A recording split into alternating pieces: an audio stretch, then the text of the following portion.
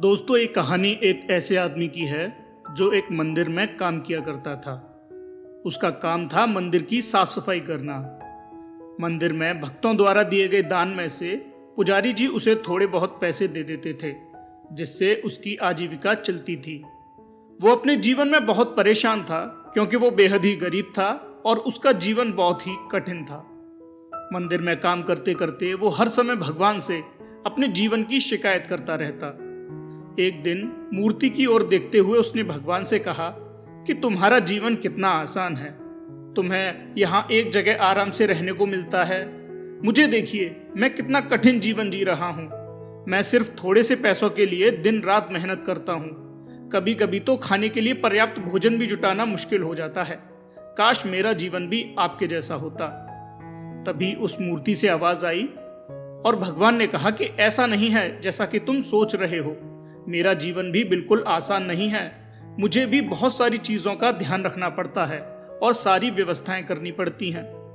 आदमी पहले तो मूर्ति से आती हुई आवाज से थोड़ा डरा और फिर चौंकते हुए बोला कि ये आप क्या कह रहे हैं? आपका काम बेहद ही आसान है। तो मूर्ति ने उत्तर दिया, अच्छा, तो तुम मेरी तरह यहाँ दिन भर खड़े रह सकते हो, लेकिन आप ऐसा नहीं कर पाएंगे। इस काम के लिए बहुत धैर्य की आवश्यकता होती है। अरे, इसमें कौन सी बड़ी बात है? मैं निश्चित रूप से यहाँ खड़ा रह सकता हूँ। बस मुझे अपने जीवन का एक दिन दे दीजिए, आदमी ने जोर देते हुए कहा।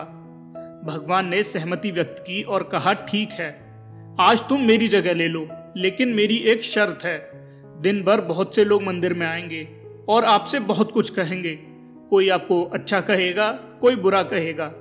आपको सबकी बातें धैर्य से सुननी है और फिर उन पर कोई प्रतिक्रिया नहीं देनी। शर्त यह है कि आप कुछ कह नहीं सकते।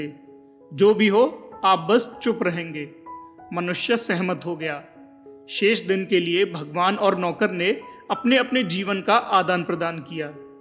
नौकर अंदर मूर्ति के स्थान पर खड़ा हो गया और भगवान ने मनुष्य के स्थान पर काम करना शुरू कर दिया। जब काम हो गया तो भगवान वहां से चले गए। कुछ समय बाद एक अमीर आदमी मंदिर में आया और भगवान से प्रार्थना की कि मैं एक नया कारखाना स्थापित कर रहा हूँ। मुझे आशीर्वाद दें कि ये कारखाना भी अच्छा चले और मैं इससे अच्छा खासा लाभ कमा सकूं। इतना कहकर जब वो वहां से जा रहा था, तभी उसका बटुआ उसकी जेब से निकल गया। आदमी जो मूर्ति बना हुआ था वो बटुए के बारे में बोलने ही वाला था, लेकिन चुप रहने की शर्त के कारण वो चुप हो गया। अमीर आदमी मंदिर से चला गया और मूर्ति बना हुआ आदमी फिर से चुपचाप वहीं खड़ा रहा। इसके तुरंत बाद एक गरीब आदमी आया और उसने भगवान से कहा कि मैं बहुत गरीब हूँ। मेरे पास अपने परिवार को खिलाने के लिए पैसे नहीं हैं और मुझे अपनी बीमार माँ के लिए दवाई का इंतजाम भी करना है।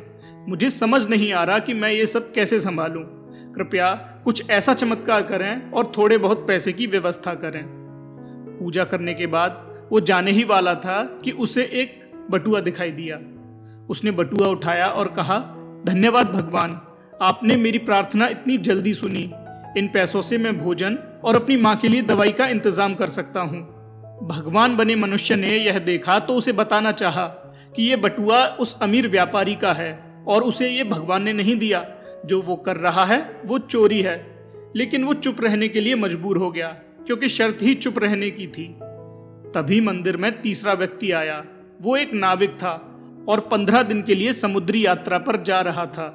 वो सुरक्षित यात्रा और वापसी के लिए ईश्वर से प्रार्थना करने मंदिर में आया था। जब वो प्रार्थना कर रहा था तो धनी व्यक्ति पुलिस लेकर वहां पहुंचा। नाविक को देखकर उसने पुलिस से कहा कि ये मेरे बाद मंदिर में आया है। निश्चित रूप से इसने ही मेरा बटुआ चुराया होगा। आप इसे गिरफ्तार कर लें। नाविक के बहुत कहने पर भी पुलिस ने नाविक को गिरफ्तार कर लिया और उसे अपने साथ ले जाने लगी। भगवान बना मनुष्य अपने सामने हो रहे इस अन्याय को अब सहन नहीं कर पाया और उसने आखिरकार अपनी चुप्पी तोड़ ही दी और बोला, आप गलत व्यक्ति को जेल ले जा रहे हो। ये बटुआ नाविक ने नहीं बल्कि उस गरीब व्यक्ति ने चुराया था जो व्यापारी के बाद उसी मंदिर में आया था। मैंने ये सब अपने सामने होते हुए देखा है। भगवान की बात आखिर कोई कैसे नहीं सुन सकता। ये सुनकर पुलिस ने नाविक को रिहा कर दिया और उस गरीब आदमी को पकड़ लिया जिसने बटुआ ले रखा था।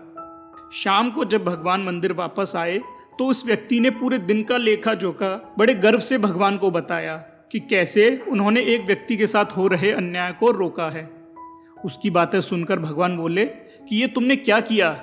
मैंने कहा था कि मूर्ति बनकर चुपचाप खड़े रहना। बोलकर तुमने मेरी सारी व्यवस्था बिगाड़ दी। उस कारोबारी ने बेईमानी करके इतना सारा धन कमाया था। यदि गरीब को कुछ मिलता तो उस पैसे से उसका गुजारा हो जाता और व्यापारी को उसकी सजा मिल जाती, और समुद्री यात्रा पर निकला हुआ नाविक जिंदा वापस नहीं आ पाएगा, क्योंकि समुद्र में एक बड़ा तूफान आने वाला है। अगर उसे गिरफ्तार कर लिया जाता तो वो कुछ दिन के लिए जेल में रहता और कम से कम जिंदा तो रहता। ऐसा करके तुमने मेरी पूरी व्यवस्था बिगाड़ दी।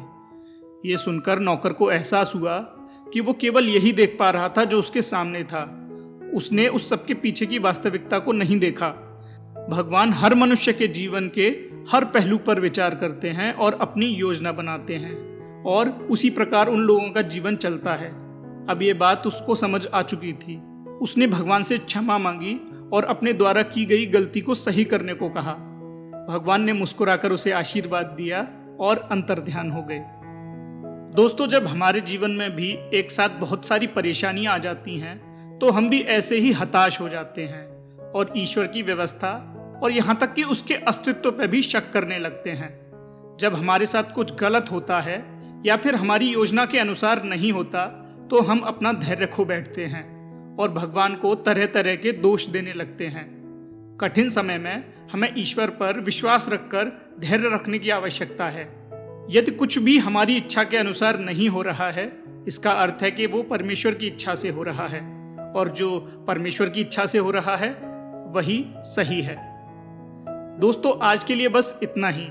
ये कहानी यदि आपको अच्छी लगे तो इसे लाइक करें, अपने दोस्तों के साथ शेयर करें और चैनल को अवश्य ही सब्सक्राइब करें। ये कहानी आप सुन रहे थे one step journey YouTube channel पर, एक कदम सफलता की ओर।